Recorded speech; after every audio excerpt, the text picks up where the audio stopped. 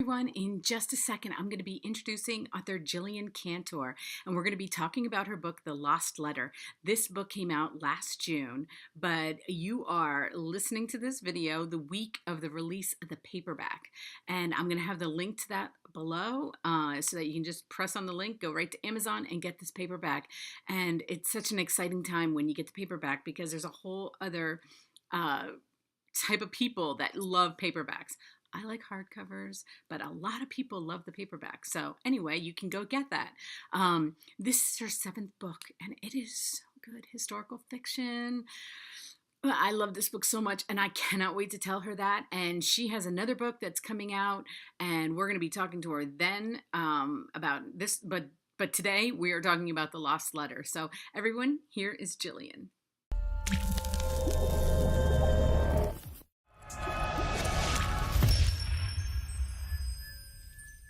Hi, everyone. I am so excited because I am speaking with author Jillian Cantor, and we're going to be talking about the book, The Lost Letter, which was her latest book. It is coming out in paperback. I can't talk right today. Paperback on June 12th, which is today when you'll be listening to this. I want to thank you so much for talking with me today, Jillian. Thank you for having me. I love this book so much, and I kind of begged you to talk to me about it. So thank you. I'm really happy that I did because I love historical fiction, and then I love World War II historical fiction. So this is like my favorite kind of book, and I love this book so much. Oh, thank you. I'm so happy to hear that. Yeah, I mean, I love learning things. That's what I love about historical fiction, especially from World War II. There doesn't seem to ever be a running out of stories. Like, there's just always a story, and that I learn more and more about World War II. Yeah, I mean, that happens to me, too, as a reader and as a writer. Right. It's like you'd think you'd get exhausted or that it would start repeating, and yet it doesn't. And this one takes place, there are 2 timelines, but Austria in 1938. And it's kind of funny how things like work out in my life because I talked to Mary Sherratt yesterday about her book Ecstasy, which also took place in Austria. Oh, I have that on my list. I haven't read it yet. I need to read it. Oh, it's well, you'll love it because you've done so much I mean, it's a different time period. It's the beginning of the 1900s, but, it still was just an interesting thing for me because I was like, oh, I wanted to know about Vienna, and now I'm learning more about Vienna and Austria and the history there. And for everybody, just to like set it up, and maybe you can correct me too, is that from what I know, Austria was the first country that Germany kind of inhabited, right? That the Nazis kind of took over in World War II. I'm not sure. I feel like I'd have to go back and review my research. I mean, I do think it is. That's what so. Because it's 1938, first of all, and from your book, I was kind of gathering that because it's kind of like the Austrians, they didn't understand when Germany just started, coming in. Right. It's almost like they didn't understand why that was happening. It was definitely early on. It was definitely early on. Right, definitely early on. And it was, I like the one part when you were like, they thought they had a vote. And I was like, it's very interesting. Like, Austria thought that they were like, what are they doing? We didn't even vote on this yet. Like, what are they doing here? Right. I mean, I think it was, and I mean, actually, my next book actually takes place in Germany as Hitler's coming to power. And I think that the people just were kind of like living their lives, and they knew this thing was going on in the background, but nobody really expected or believed that it would get to where it got to. And then all of a sudden it felt bad, even though there had been things, leading up to it. Right. It seemed like it came on suddenly. Yeah, and that's what I loved about this because I had been reading some that were later in the war, so this kind of took me back, and it was like, yeah, they knew they didn't like them, and they thought it was all temporary. Like, we just have to put up with this for a little bit, and then they'll just go away. They won't really stay here. And so then the second timeline, which I love how you did this, takes place in Los Angeles. It's 1989, and the Berlin Wall's coming down. And, I remember it. Because I'm 53, and it was a big deal, so I loved reading it from your perspective and the character's perspective, and you just blended the two storylines so well. Thank you. I mean, I remember it too, and I thought when I was writing it that it was going to be really easy because I lived through this time period and I had this vivid memory of it happening. But then I realized I actually knew nothing about it, and I ended up having to do so much research about the fall of the Berlin Wall. And I mean, I was somewhat young when it came down, but I don't know if it was because of that or if it was just me sort of being ignorant to the politics of it at the time. But going in, I thought it's going to be so easy to set this in 1989. And then I did just as much research in that time period as I did in the other one. Oh, I love that because I actually was living in Southern California in 1989. And, oh, wow. And I do, I was 89, I was 25. And, it was kind of something because we learned so much about it in school. And it was kind of surreal when it happened. It was really? There's not going to be, I don't know, you just got so used to it. And it was wow, what's that going to look like? What's that going to be like? And now we're how many years out? And it's, for our kids, it's normal. But at the time, they don't even know about it. Yeah, it was very, very big deal. And of course, we didn't have social media. So what you were getting was just from the news, Right. I remember seeing the images of the people dancing and playing music and, I knew that it was a good thing, but I don't think I understood what life was like in East Germany when the wall was up before I researched this book. Yeah. And like I said, there wasn't, news was so much different back then. We get to know about things so instant. And back then it was you waited till the 6 o'clock news to hear about things. And I know. It was way different thing. And it doesn't seem that long ago, but in terms of that, it was a really long time ago. Yeah. So, and it was really interesting to write the 1989 part because in a lot of ways it felt like writing a present day story, but we didn't have email, we didn't have cell phones, and communication was so much different. And just the fact that people still wrote letters, or that you had to leave a message on somebody's answering machine, and it felt so weird to write it because I was I can picture myself living in this time, but the communication just made everything so much different. I know, and I have a son who was born in 89, my second son. And so when, reading this at this time period, I was wow, I can't believe, I remember, paying for phone calls home. And I saved money to be able to call home, because it was so expensive to just make a phone call. You were on the, $2 to make the call and then 30 cents every minute after or something. I mean, you were really, it was so incredibly tight. And, so it did, when I was reading that part of it, I kind of was going back oh, that's right. She couldn't just text him. She couldn't just, they had to rely on phone calls and visit. I know. He'd come to her house and, And the fact that Katie's best friend has just moved across the country, it's so much different than it would be now. She Absolutely. has to write her a letter. She has to pay to call her. They can't just text each other. Yeah. So to set this story up for everybody, the timeline in 1938 is about a stamp maker. And I learned so much about stamps from reading this, and I thought it was so cool. I was actually asking people, if they'd ever heard of what it's, what a big deal the stamps were back then. And so I wanted to know, how did you come across this story of what it was like? So I was talking to my agent just about what I was going to write next, and we were just kind of going back and forth with some ideas, and she said to me, sort of out of the blue, have you ever thought about the people that illustrate postage stamps? And I was like, no, I really never had thought about it. And I actually, I never really thought about people illustrating them. Of course, now it's all done digitally, so it's much different. But back in the time period where the book was set, the people that made stamps were artists and they were engravers, and it was just painstaking work. So I just started to read a little bit about it, and I went to, there's a really big postal museum and library about 20 minutes from my house. I think it's actually the biggest one in the U.S. I didn't know it was there until I just sort of started Googling for this book. And I went there very early on and just went and talked to the librarian for a whole day. I didn't know what I was writing, but I said, I think I want to write a book about somebody that, draws and engraves stamps. What do you have? And so she gave me all these articles about engravers, and she gave me all these books, like the books that Katie finds at the library in the actual book. And one of the articles that she gave me was about a Polish engraver who forged documents during World War II. And so then I sort of started to think about, what was actually going on, what these engravers were doing at that time period. And then at the same time, sort of unrelated, I went to a conference for a different book in Washington, D.C., and I had a free day, and I went to the Holocaust Museum.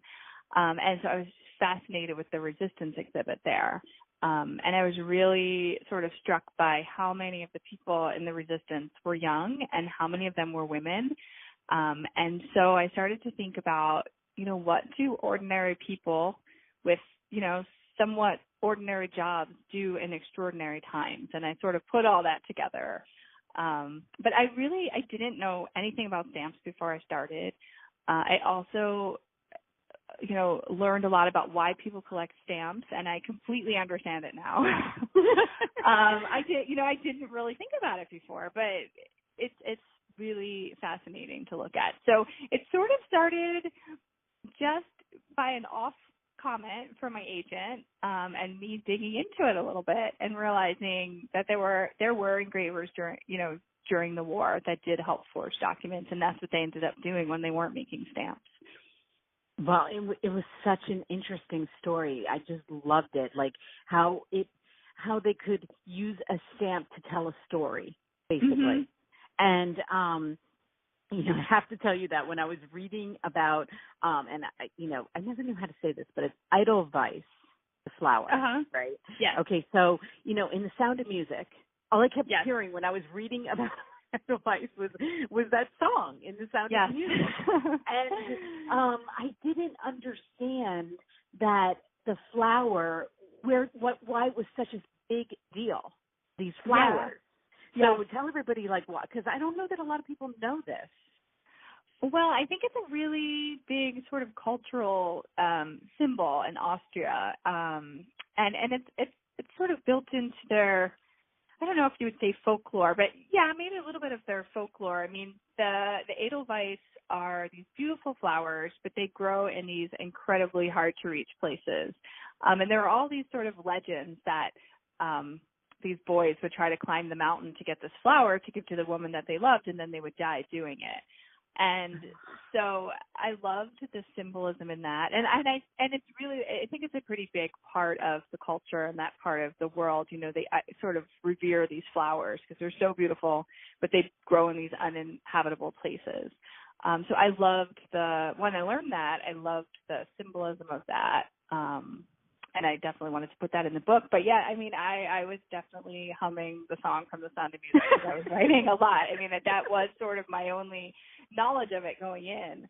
But and picturing Julie Andrews in the field, on the hill with all the flowers surrounding her. It looks very beautiful on The Sound of Music. It doesn't look uninhabitable. But I think that they just grow in these high mountaintops that are hard to get to.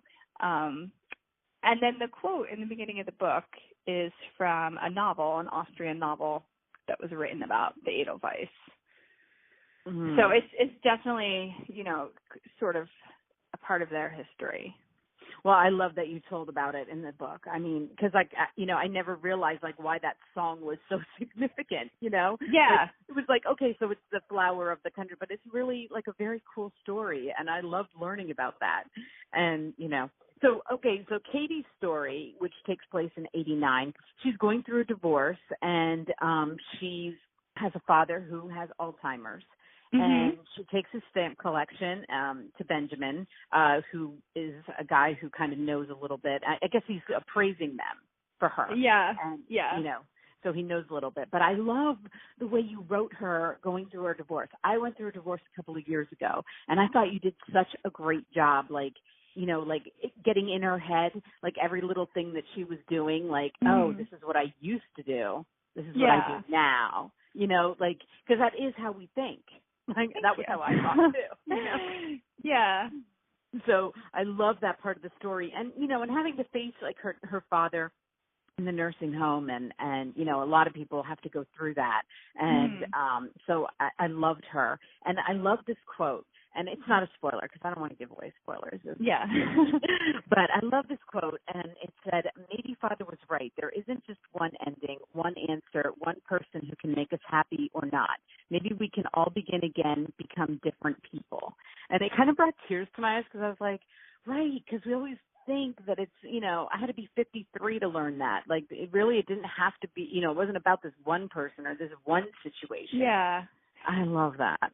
Thank you. And that was definitely the idea I had for the book going in. And I'm not going to give away a spoiler either, but, you know, I knew starting the book that was sort of the idea that I wanted Katie to get out of it and the reader to get out of it. And so I'm kind of glad you picked up on that line.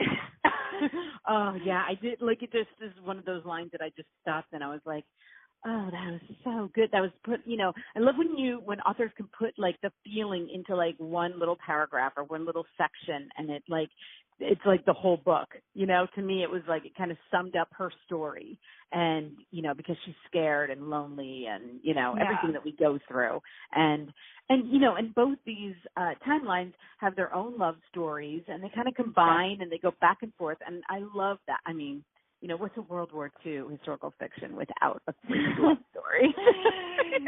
Thank you. So I really love that. But, I was going through all the books that you've written. I started writing them down. And I was like, I'll just let her talk. I mean, what number book is this for you? That's my 7th book.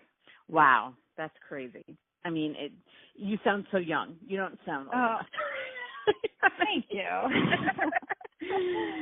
So, tell me about the other books. I mean, are they all historical fiction, or I thought that I saw that there were some YA books? Yeah, my first few books were for young adults, and they're not historical fiction; they're contemporary.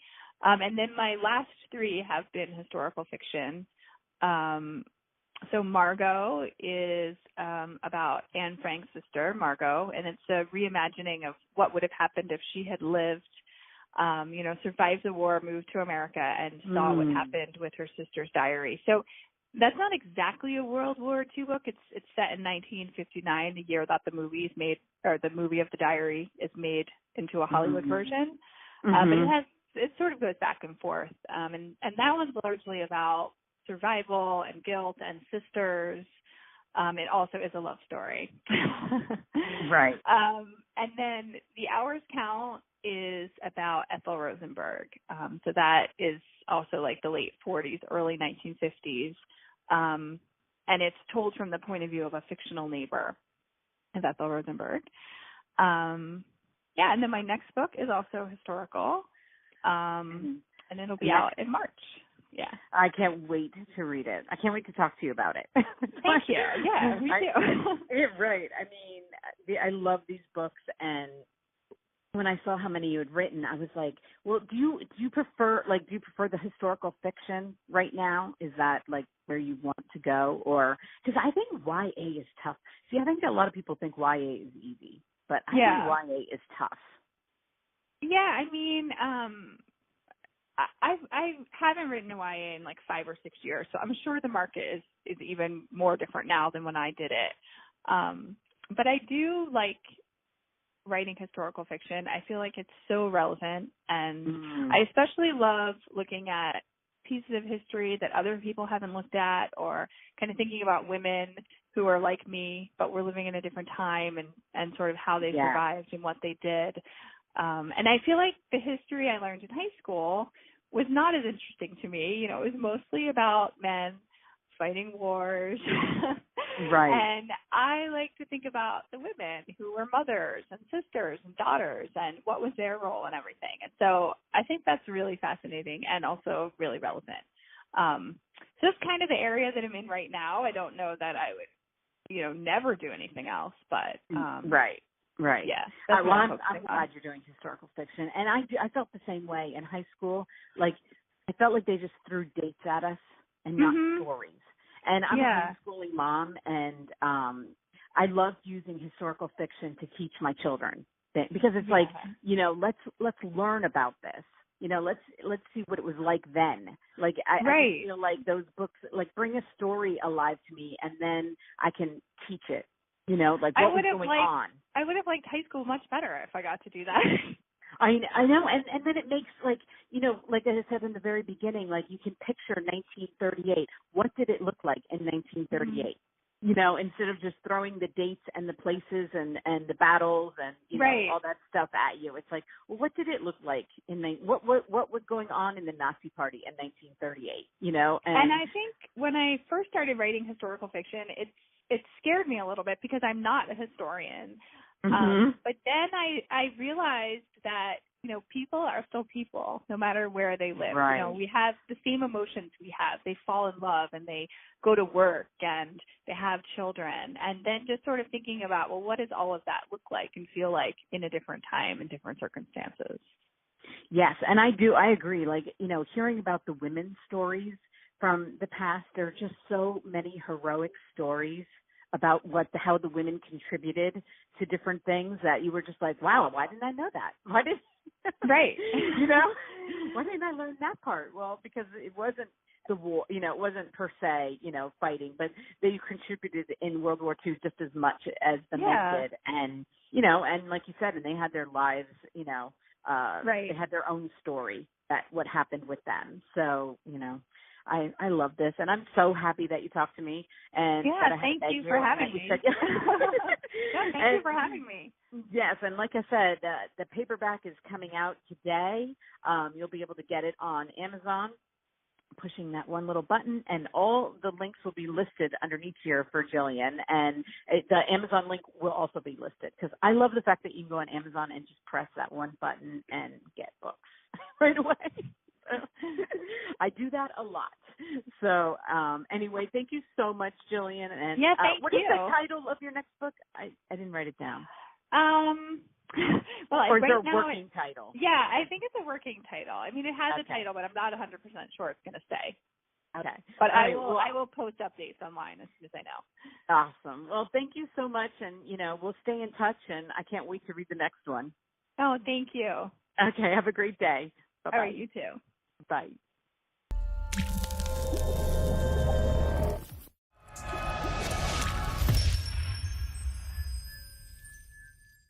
Thank you for watching, listening to Jillian and I talk.